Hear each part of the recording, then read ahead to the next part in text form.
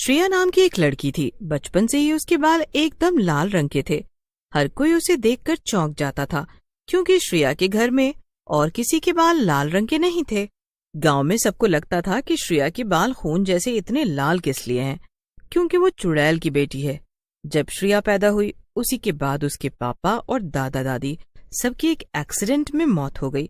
उसके बाद से उसकी माँ ही उसे अकेले पाल रही थी। एक दिन वो रोते हुए घर आती है। क्या हुआ श्रेया, तुम रो क्यों रही हो? ऐसी क्या बात हो गई है? फिर से किसी से लड़ाई करके आई हो क्या तुम? नहीं माँ, मैंने किसी से कोई लड़ाई नहीं की है। उल्टा वो सब बच्चे मुझे चुड़ैल चुड़ैल कहकर चिढ़ाते हैं। मेरे ये लाल बाल को कलर करके आप अपनी तरह से बना दो ना, एकदम काला काला। अरे रोना बंद कर पहले। मैंने तो कितनी ही बार तेरे बाल काले करने की कोशिश की, मगर इनका लाल रंग इतना गहरा है कि इन पर कोई और रंग चढ़ता ही नहीं। और कुछ गलत नहीं कहते गांव वाले, सही ही कहते हैं। अब क्या आप ऐसा क्यों कह रही हो माँ? अब आप भी मुझे ऐसे कहोगी? अरे तो और क्या करूं, जब से इस दुनिया में आई है मेरा जीना मुश्किल कर रखा है। इससे अच्छा तो तू पैदा होते ही मर जाती। काश मेरी बाकी बच्चों जैसी आम बच्ची पैदा होती, तो ये दिन देखने ही न पड़ते। ये सुनकर श्रेया को बहुत गुस्सा आता है और वो अपनी माँ को धक्का दे देती है। लेकिन उसका धक्का इतनी जोर का था कि उसकी माँ सीधा जाकर दीवार पर टकरा जाती है और नीचे गिर जाती है। आह आह, अरे मेरी कमर, हाय आज तो मेरी कमर ही टूट गई लगता है।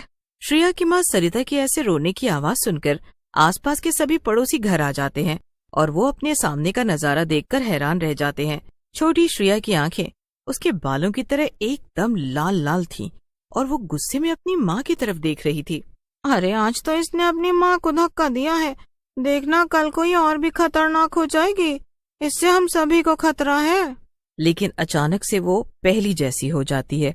मामा मुझे माफ कर दो, पता नहीं ये क्या हो गया माँ, अनजाने में धक्का जोर से लग गया। इन लोगों की बातें मत सुनो माँ, मैं ऐसी नहीं हूँ। दूर हट जा मुझसे। मुझे तो लगता है कि तू सच में कोई चुड़ैल ही है। ना जाने मैंने क्यों तुझे पाल पोस कर इतना बड़ा किया। हाँ सरिता बहन, ये चुड़ैल ही है। जब पैदा हुई अपने पिता और दादा दादी को खा गई। अब तो मैं कहती हूँ इसे घर से भगा दो, वरना अगला तुम्हारा ही नंबर होगा। नहीं नहीं माँ, मुझे माफ कर दो, मैं दोबारा कभी ऐसा नहीं करूँगी। ऐसा मत कहो, मुझे यहाँ से मत भगाओ। नहीं, अब बस बहुत हो गया। मैं थक चुकी हूँ तुझसे। कब तक तेरा बोझ उठाऊं? गांव वालों, तुम लोग ही इसे यहाँ से ले जाओ और जंगल के बीच छोड़ाओ। अंधेरा होने के बाद वहाँ से इसका जिंदा लौटना बहुत मुश्किल होगा। फिर क्या था, कुछ गांव वाले श्रेया को ले जाकर जंगल के बीचों बीच छोड़ देते हैं और यही नहीं, वो उसे बांध कर छोड़ते हैं ताकि वो वापस ना आ सके। उनके जाने के थोड़ी देर बाद ही अंधेरा हो जाता है। श्रेया को वहाँ बहुत डर लग रहा था, इसलिए वो बहुत देर तक जोर जोर से रोती रहती है। लेकिन उसका रोना सुनने के लिए आसपास कोई भी नहीं था। जब बहुत देर तक उसे लेने कोई नहीं आता, तब उसे अचानक से बहुत गुस्सा आता है और उसकी आंखें फिर से लाल लाल हो जाती हैं। यही नहीं, उसके बाल भी तेजी से बढ़ने लगते हैं और लंबे हो जाते हैं।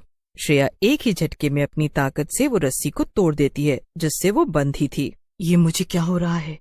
और मेरे अंदर इतनी ताकत भी आ गई है कि मैंने झट से रस्सी तोड़ दी। थोड़ी ही देर में श्रेया एक बड़ी चुड़ैल में बदल जाती है जिसके लंबे लाल बाल थे और उसकी आंखें भी एकदम लाल लाल थी।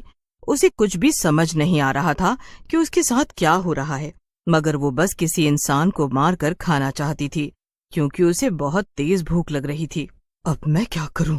मुझे तो बहुत तेज भूख लग रही है, इतना ज्यादा कि अब मैं और इंतजार नहीं कर सकती। उफ, मुझे आखिर क्या हो रहा है? श्रेया जंगल से बाहर आने का रास्ता ढूंढने लगती है, लेकिन बहुत ढूंढने के बाद भी उसे कोई रास्ता नहीं दिखता। आखिर में चलते चलते श्रेया को एक घर दिखता है। वो घर देखकर चौंक जाती है। ये क्या, ऐसे घने जंगल के बीच घर? मुझे नहीं लगता यहाँ। श्रेया घर के अंदर जाती है और अंदर का हाल देखकर उसके पैरों तले जमीन खिसक जाती है। वहां अंदर एक बहुत ही बूढ़ी चुड़ैल पड़ी सो रही थी, जिसके श्रेया के जैसे ही लाल बाल थे। कौन हो तुम और तुम्हारे ये बाल मेरे जैसे क्यों हैं? जल्दी सब कुछ सच सच बता दो।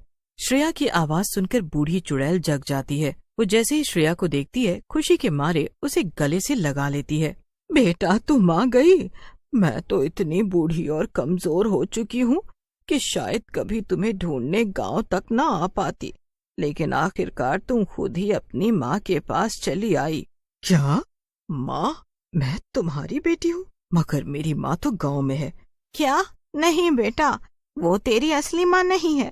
तेरी माँ तो मैं हूँ। देख तेरे बाल, वो सबूत है कि मैं ही तेरी माँ हूँ। अगर तुम सच कह रही हो तो फिर मैं वहाँ उस गांव में कैसे पहुंची? और इतने सालों तक तुमने मुझे कभी ढूंढने की कोशिश क्यों नहीं की? तुम भी मुझे भूल गई थी क्या? या तुम्हें भी मैं पसंद नहीं थी, जैसे किसी को पसंद नहीं हूँ? श्रेया, ये बहुत पहले की बात है। मैं इसी जंगल में रहती थी और यहाँ के जानवरों को मार कर अपना पेट भरती थी। एक दिन एक इंसान यहाँ जंगल में आया लकड़ियाँ काटने।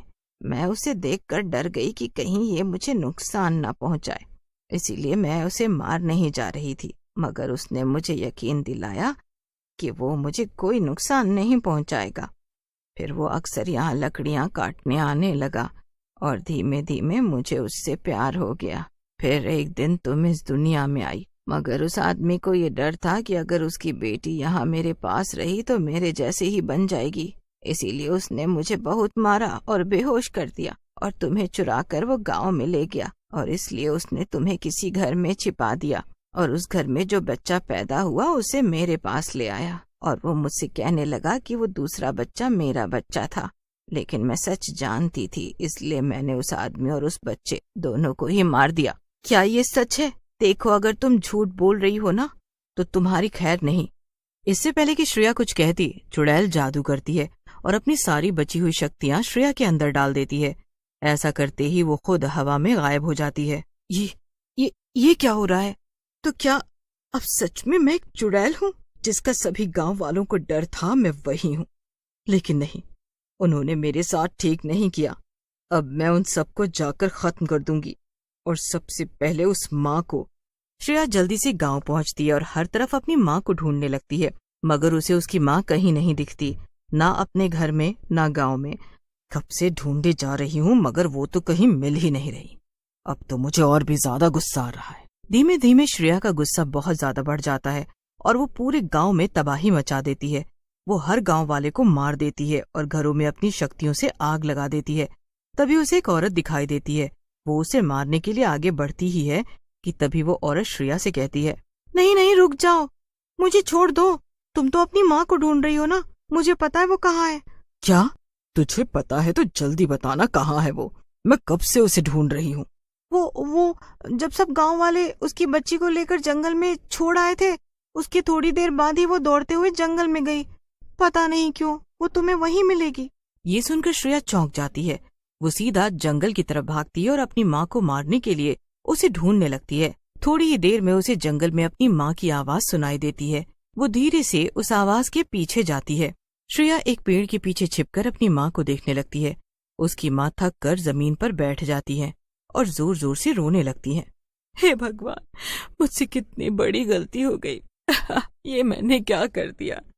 मैंने मेरी छोटी सी बच्ची को इस जंगल में अकेले छोड़ दिया। पता नहीं वो कहाँ होगी।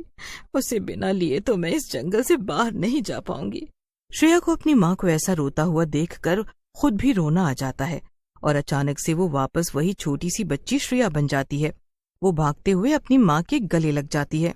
माँ, तुम कहाँ चली गई थी? मैं बहुत डर गई थी। तुमने मुझे इतनी देर अकेला क्यों छोड़ा? श्रेया, मुझे माफ कर दे। मैंने तुझे बहुत ढूंढा मगर तू मुझे मिली ही नहीं। मगर अब चल, हम घर वापस चलेंगे और हम इस गांव से चले जाएंगे। कहीं दूर जाकर खुशी खुशी रहेंगे। हाँ हाँ माँ, चलो, मुझे भी अब यहाँ पर नहीं रहना। आखिर में श्रेया अपनी माँ के साथ चली जाती है और खुशी खुशी रहने लगती है। श्रेया जंगल में जो कुछ भी हुआ था वो अपनी